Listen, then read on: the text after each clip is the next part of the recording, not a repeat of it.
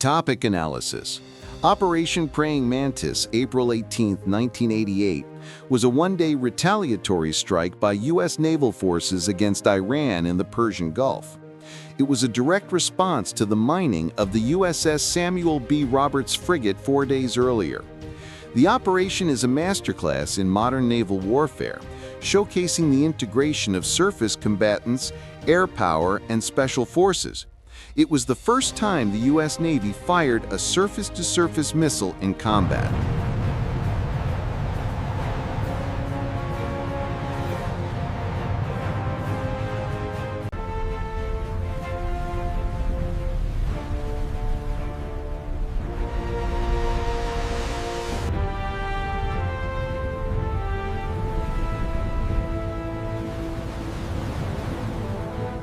Emotional, the story is rooted in revenge and the visceral experience of the crew of the Samuel B. Roberts, who fought for 7 hours to save their crippled ship. The battle itself is a tense David versus Goliath narrative, though with the roles reversed, filled with moments of calculated risk, overwhelming force, and the stark reality of modern naval weaponry. Educational, this operation provides a perfect case study of late Cold War naval doctrine, rules of engagement, ROE, the effectiveness of anti-ship missiles like the Harpoon and standard SM-2, and the strategic importance of controlling sea lanes.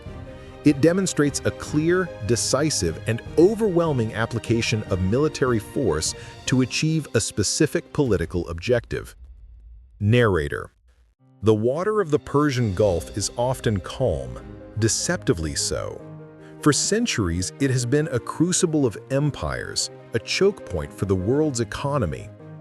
Sound of a sudden, muffled, deep underwater explosion followed by the groaning of stressed metal. Narrator. But on April 14, 1988, that deceptive calm was shattered by a pillar of fire and water. For the crew of the USS Samuel B. Roberts, this was not geopolitics, it was a fight for survival. An unseen enemy had just ripped a 21-foot hole in their ship, broken its spine, and left it powerless in hostile waters. They didn't know it yet, but their ordeal was about to trigger the largest American naval battle in over 40 years. Narrator. By the late 1980s, the Persian Gulf was a powder keg. The Iran-Iraq War had raged for 8 brutal years, and the conflict was spilling out into the sea. This was the tanker war. Both nations attacked international oil tankers to cripple each other's economies, threatening the global oil supply. In response, the United States launched Operation Earnest Will, a mission to protect Kuwaiti tankers reflagged with the Stars and Stripes. It was a massive undertaking, placing the U.S. Navy directly in the crosshairs. Tensions were high. A year earlier, an Iraqi missile had struck the USS Stark, killing 37 sailors. The Gulf was a maze of mines, patrol boats, and ever-present threats. The USS Samuel B. Roberts, an Oliver Hazard Perry-class frigate, was one of the workhorses of this mission. Smaller, faster, and more versatile than a destroyer, it was designed for escort duty. Her crew was well-trained, her captain, Commander Paul Rinn, respected. They knew the risks. On that April afternoon, as they sailed back from an escort mission, their lookouts spotted 3 mines floating in the water. They maneuvered to avoid them, but they never saw the 4th. The explosion was catastrophic. It lifted the 4,000-ton warship out of the water, snapping its keel and starting massive fires.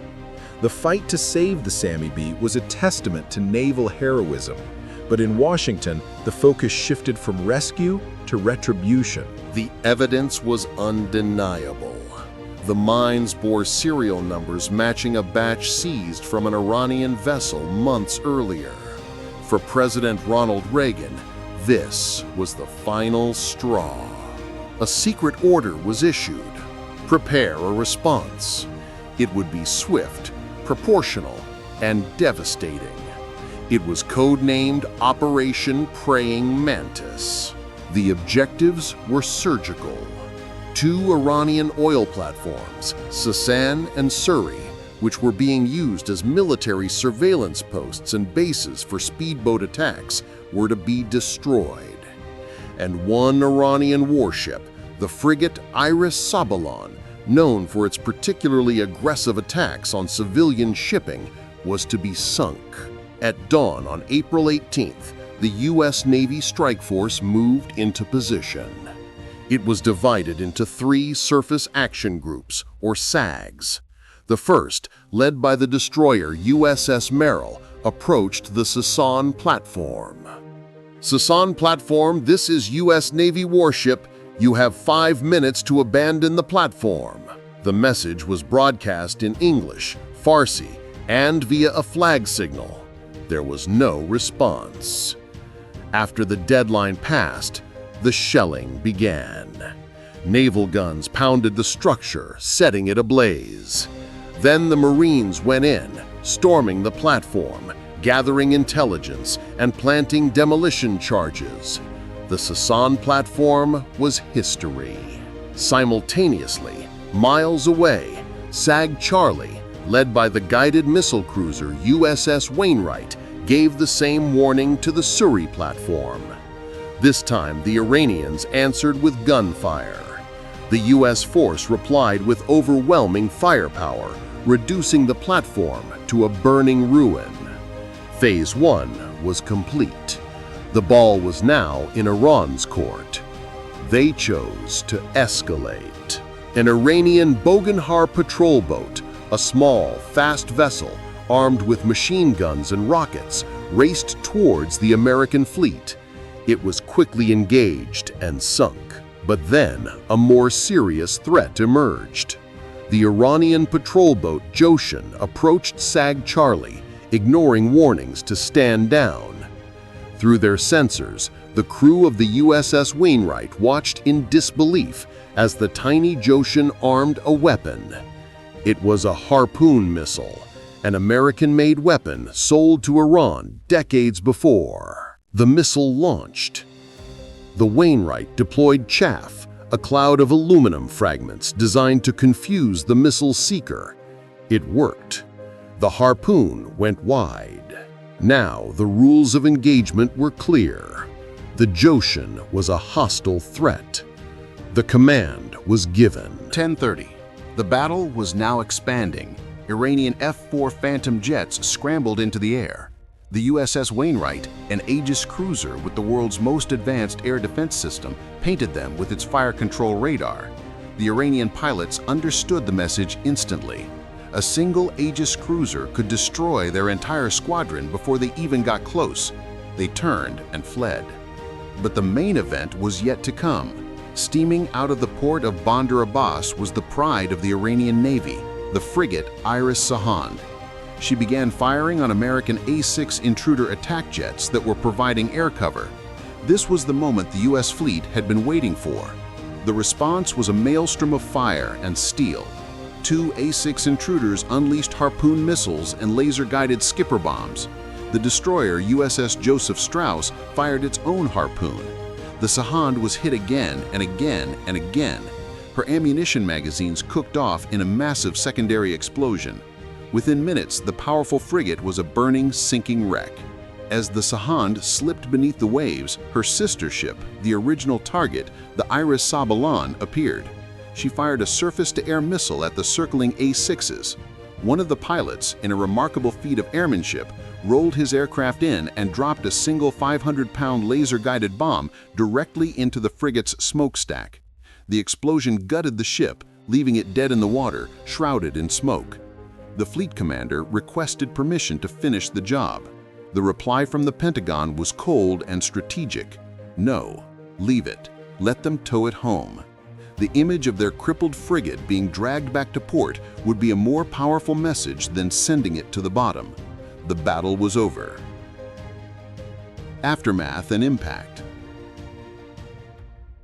Narrator: Operation Praying Mantis lasted less than 8 hours. In that time, the U.S. Navy had destroyed 2 strategic platforms, sunk or crippled half of Iran's operational navy, and demonstrated an overwhelming technological and doctrinal superiority. American losses were minimal. 2 crewmen killed in the crash of their reconnaissance helicopter. Iranian losses were significant, with several hundred casualties.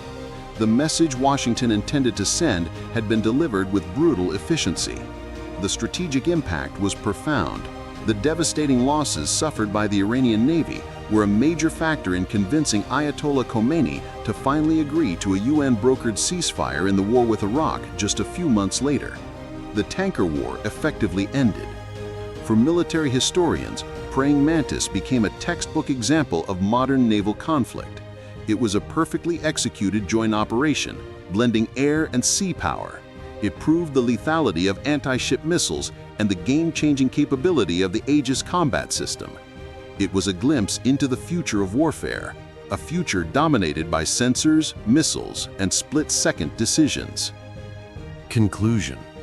The USS Samuel B. Roberts, the ship that started it all, was saved by its crew.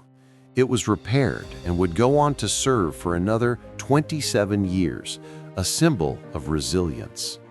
The operation, born from its near destruction, served as a different kind of symbol, a stark reminder of American power. Operation Praying Mantis is often forgotten, overshadowed by larger conflicts, but it was a pivotal moment, a day where Cold War technology was unleashed in the warm waters of the Gulf, where naval doctrines were tested in the crucible of combat, and where the line between a limited strike and all-out war was walked with terrifying precision. It stands as a testament to the idea that in the world of naval power, there are moments of quiet patrol, and there are moments when a single event can unleash the full, calculated fury of a nation.